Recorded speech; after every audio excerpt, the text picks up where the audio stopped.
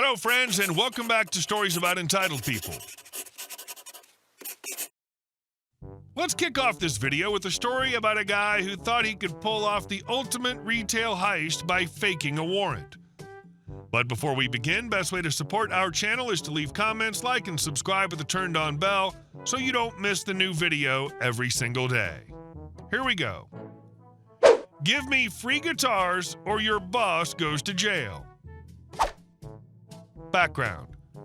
Back in my sophomore year of college, I used to work for a pretty well-known music store in the U.S. Think giant acoustic guitar as the logo. This was my first retail job, and just like any other retail establishment, there were always people who would come in and try to get free stuff from some dumb way. This is one of those. This happened in my first week of working. I was working in what was the accessories counter. Basically, if you wanted a pedal for your guitar, new strings, guitar picks, cables, etc., etc. It was probably about 11 in the morning, and I was the only one on the floor. Leaving the new guy on his own is always the smartest idea, right? I was bored out of my mind already, so I decided to clean up and organize and make the space look presentable and make a good impression in my new workspace. As I'm doing my own thing, a customer walks up to my counter and asks if he can speak to the manager. I don't think anything of it, and since I was new, I wasn't exactly sure how to work the intercom in the store to call him over. I asked the customer to wait near the counter so I can go get the manager. Unbeknownst to me, however, the store manager had left about 30 minutes before to go to a doctor's appointment, but the customer service manager was in at that time. I tell him there's a customer wanting to talk to the manager. The CSM gives me a "I already got to deal with something" kind of look and follows me back to the counter. We get back to the counter, and the guy who asked for the manager introduces himself by his first name, and the CSM does the same. For anyone unfamiliar, the customer service manager is in charge of the day-to-day customer interactions, while the store manager is in charge of everything else in the store. So in this instance, both the CSM and I thought that this was a customer interaction issue that the SM wouldn't need to be a part of. The guy goes on to tell us what he's looking for, and we're like, okay, makes sense, you came in here to buy. Then he drops the line, "I have a warrant out for SM's arrest and want him to give me 4 guitars and 3 amps to not arrest him." We both were taken aback by this statement, but took it with a grain of salt. We informed him that if this were the case, he would have to come back at a later date and actually talk with the SM. He didn't like that answer. He, in a very firm and angry tone, informed us that because of our actions, SM is definitely going to jail. After this guy left and SM came back from his doctor's appointment, we asked if he had any warrants out, and he said, "No, but if I did, my wife would have already turned me in."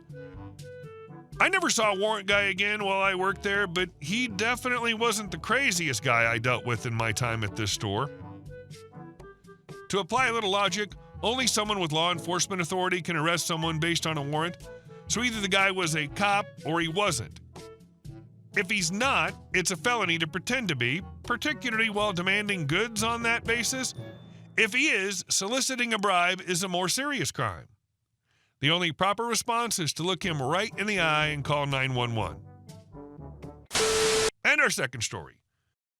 Karen tries to enforce fake retail rules on a former employee. Today's characters. Karen, entitled customer. Bob, Karen's poor schmuck of a husband, doesn't do much at all. Blackbeard, manager, known for being a no-crap-talking guy. Me. Backstory. I was a bookseller for almost a decade before I left for a high-paying 9-to-5. I loved my job, but after I left, I still frequented the bookstores in the chain to browse shelves, check out new titles, and catch up with old coworkers. The story. I'm in my old store, which is located near a number of posh neighborhoods. It had been 3 or 4 years since I left, and the staff had gone through its 6th turnover. Only a small handful of employees I worked with were still there. I was in jeans, my university sweatshirt with my purse over my shoulder, and my cell phone out with earbuds in. I had bands like Five Finger Death Punch, Die Antwood, and In This Moment lined up in my ears, very clearly a customer. There was no uniform, just business casual clothes with a lanyard holding a name tag. I'm perusing through the sci-fi fantasy section already with 2 books selected. I'm looking for a few more. My limit's 5 books or no more than $60. Limits, LOL. One of the employees, someone I didn't know, comes up and asks if I need help. I tell him that I used to work there and I'm looking for a couple more books. I describe what I like and he recommends a few good titles. We chat more about the genre, the classic authors and such. I thank him and he goes on his way, leaving me with 2 new books in hand. I move on to the mystery section and grab an empty basket to put my books in. And then I feel it. The finger. A few pokes from a bony finger tipped with a long acrylic nail and the words, Karen. Excuse me? There she is. Dark-rooted blonde bobbed hair, 3/4 yoga pants, matching workout top, pristine white sneakers, wristlet purse, and the latest iPhone. Her husband's a good-looking, tired Ken style of a man with his hands in his pockets. Me, taking out an earbud. What? Karen, that's not how you greet a customer. So rude. Me, look who's talking. Karen, what did you say to me? Me, what do you want? And I don't work here, by the way. Karen, you do. I heard you chatting with that other employee over there. I need this book. She presents her iPhone, which indeed has a picture of a book. Me, I don't work here, lady. Back the hell up. Karen, what did you say to me? How dare you? You're required to help me. I'm a paying customer. Me, I'm not required to do anything. I turned my back on her and moved farther down the aisle, hoping she'd take the hint. Nope. Instead, she grabs the back of my hoodie and yanks me back. Me, what the F is your problem, lady? I don't work here. I'm in jeans and a sweatshirt. I have my purse. I was listening to music for F's sake. Karen, I know you work here. I've seen you here before working. Me, I used to work here years ago, but I don't anymore, so back up. Karen, you're still obligated to help me. It's part of your code. Me, say what? Karen, your code. You have to help me or I'll speak to your manager and get you banned and fired. I'm staring at this bleach blonde lunatic, then at her husband with an, is she serious with this crap look? He can't even look at me. Me, thinking about Reddit here. Fine, do it. I'll get a manager. Let's see who gets in trouble. I flag down an employee and ask for a manager. When they ask why, I tell them we just need a manager. The employee shrugs, gets on their portable store phone and calls for a manager. The manager, who we'll call Blackbeard, arrives. Blackbeard, hi, what seems to be the problem? Karen, of course, starts spewing, yammering on about how I insulted her, called her names, and refused to assist her. She doesn't shed a tear, just pure rage. Blackbeard, ma'am, please, there's no need for that kind of language or volume. He turns to me. Miss, can you tell me what happened? I gave him my version, trying to hide my smirk. Blackbeard, he's staring at Karen now like she's an idiot. Ma'am, she doesn't work here. I can help you find your book, but you can't go around harassing people, be they employees or customers, even if they used to work here. Karen said some other foul things. Blackbeard, ma'am, you have 3 choices. 1, pipe down and I'll help you out. 2, keep going and I'll have you removed and banned. Or 3, just leave. Your choice. Karen and Blackbeard had a staring match that lasted a good 15 seconds. Karen left with a scowl and Blackbeard and I shared a small high five. I finished up my shopping and Blackbeard let me use his employee discount. I went to a restaurant next, ate, and read as I enjoyed a cheesecake dessert. I wondered what kind of code Karen was talking about and where the hell she'd heard it. The end. Well, some people think other people aren't people. They're just things that exist for their benefit and service.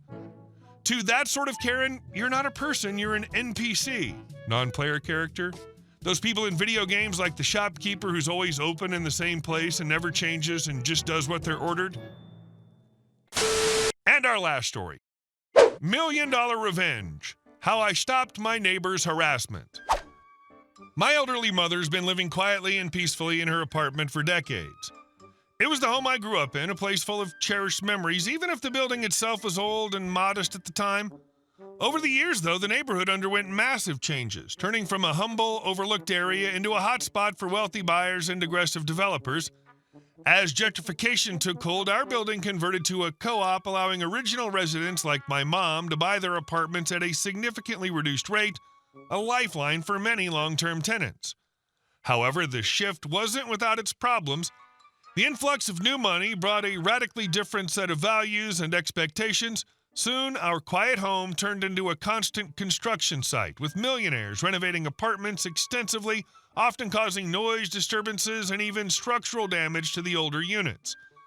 The monthly maintenance fees skyrocketed to fund all the luxury amenities that these new wealthy newcomers demanded, making my mother's once affordable home nearly as expensive as renting elsewhere. Then came our nightmare, the next-door neighbor.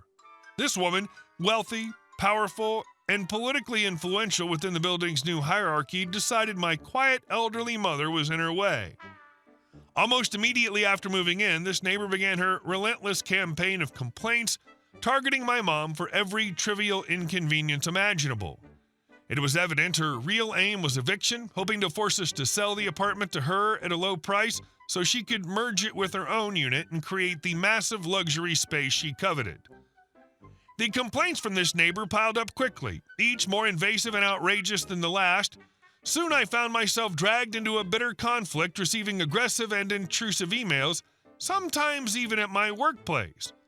To protect my mother from this constant harassment and to ensure our legal footing, I had no choice but to hire a lawyer.